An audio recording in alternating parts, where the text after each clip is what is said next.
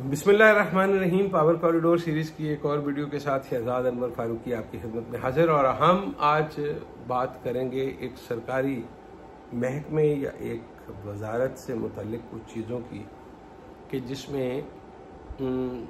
जिसकी जानिब आपकी और हुकूमत वक्त के लोगों की तवज्जो दिलाना मकसूद है। ये है जी वजारत इत्तलात व नशरियात का महकमा।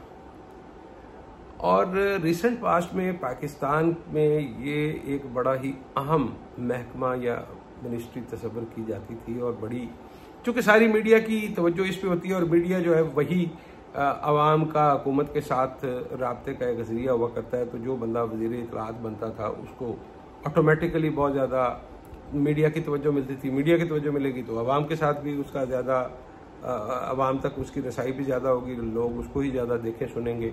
तो बहरहाल आप उसको पसंद करें या ना करें, लेकिन ये है कि मौजूदा सूरत हाल में जो वजारत इत्तलात है उसका बोझ जो है वो अता तारड़ साहब उठा रहे हैं।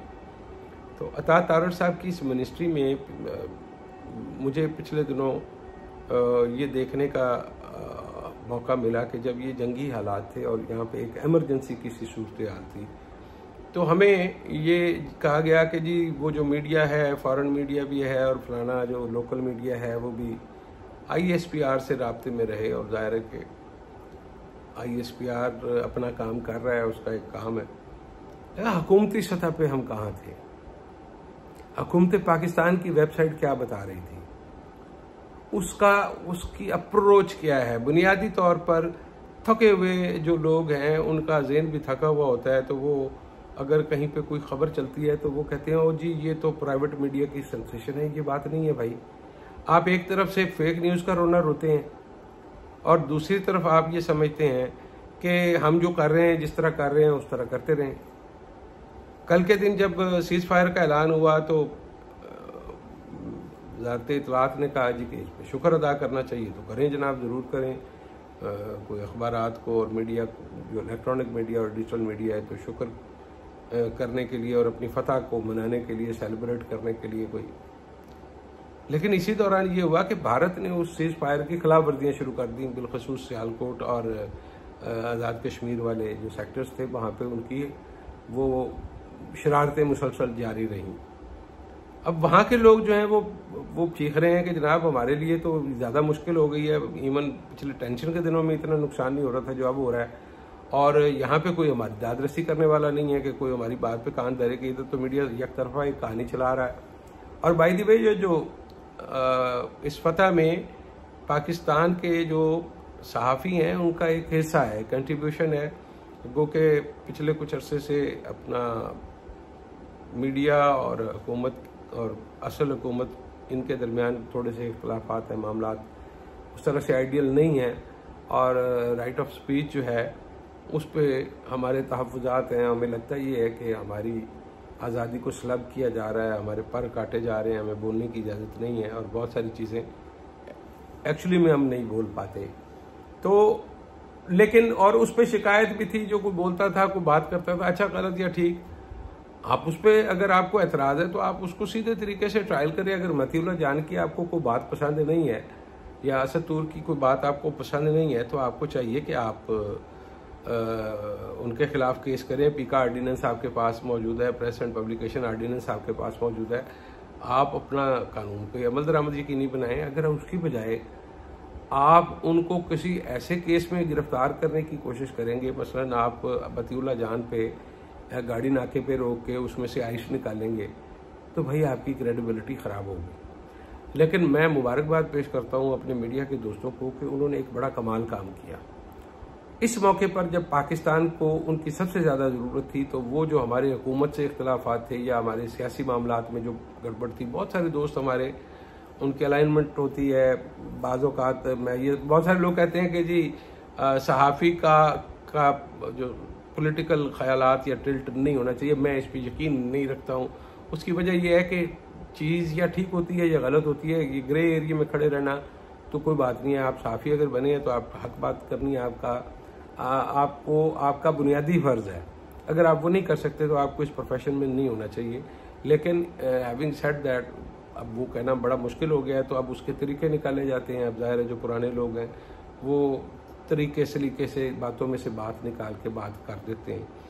लेकिन ये जो पहलवानों की दफ़े बन गई हैं ना जी, जिस तरह पहले पुराने ज़माने में रुस्तम हिंद और रुस्तम पाकिस्तान और रुस्तम इंडिया और रुस्तम लखनऊ और इस तरह के जो दंगल हुआ करते थे, तो वहाँ पे बाकायदा पहलवानों की दफ़े बनी होती थी और वो अपने पट्टे आगे रखते थे और वो पट्टों को लड़ाते थे और उसके बाद मेन कुश्तियाँ हुआ करती थी। तो ये अभी माहौल कुछ इस तरह का है कि लगता ये है कि ये पहलवान नहीं, ये साफ़ी नहीं है, ये कोई पट्टे हैं। मैं वो नहीं कह रहा कि जो दूसरे पट्टे हैं, लेकिन ये पट्टे हैं जो कि किसी और के ब्याह पे कुश्ती लड़ने के लिए मैदान में उतरे हुए हैं।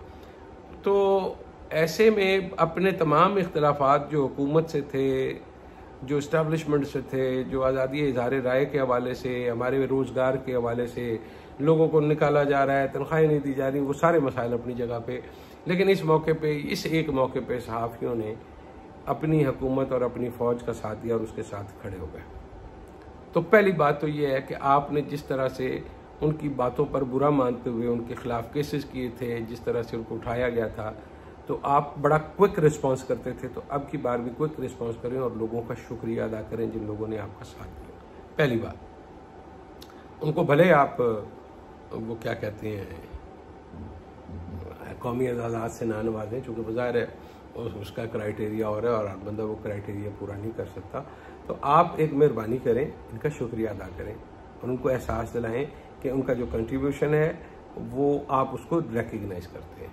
दूसरी बात यह है कि एक तरफ आप फेक न्यूज़ का रोना रोते हैं और दूसरी तरफ अगर आप फेक न्यूज़ को स्पेस देंगे, आपकी तरफ से खबर नहीं मिलेगी, तो फिर फेक न्यूज़ अपनी जगह बनाएगी। वो क्या कहा था, वेबल्स ने कहा था कि सच जितनी देर में अपने तस्मे बांध रहा होता है, झूठ उतनी देर में आधी दुनिया का सफ़र तय कर लेता है। तो ये डायनामिक्स हैं मीडिया के और इस तरह से प्रोपेगेंडा की। तो आपको एक तो उन लोगों का शुक्रिया अदा करना है। दूसरा ये है कि अगर खुदा न खास्ता ये सूरत हाल अभी सॉर्ट आउट तो नहीं हुई, तो इस सूरत हाल से निकलने के लिए आपको ये चाहिए कि आप एक सेंटर कायम करें और उसको 0 पॉइंट पे ही रखें, बजाय इसके कि लोगों को पिंडी ले जाएं सदर की तरफ। तो एक ऐसा, चूँकि जाहिर है कि जो गैर मुल्की नुमाइंदे हैं और गैर मुल्की जो लोग इस शोबे से वाबस्ता हैं वो ज़्यादातर इस्लामाबाद में रहते हैं, तो उनको आप एक तो ये काम वैसे भी वजारत इत्तलात का होना चाहिए मेरे नज़दीक कि वो लोगों को आगाह रखें। तो वेबसाइट को 24 घंटे, वैसे तो वजारत में मैं आपको एक बड़ी मज़े की बात बताऊं कि जिस सेक्रेटरी को वजारत से रिटायर्ड हुए 22 साल या 25 साल भी हो चुके हैं ना, उसके घर आज भी माली और मुलाजिम और खानसामे जो हैं वो वजारत इत्तलात उसको तनख्वाह पे कर रहा है। ये वो लोग हैं जिनको कभी किसी ने इंडक्ट किया था और उनके घर ड्यूटी पर भेजा था, तो वजारत इत्तलात में ड्यूटी पर लगाए हुए मुलाजमीन को वापस मंगवाने का रवाज नहीं है।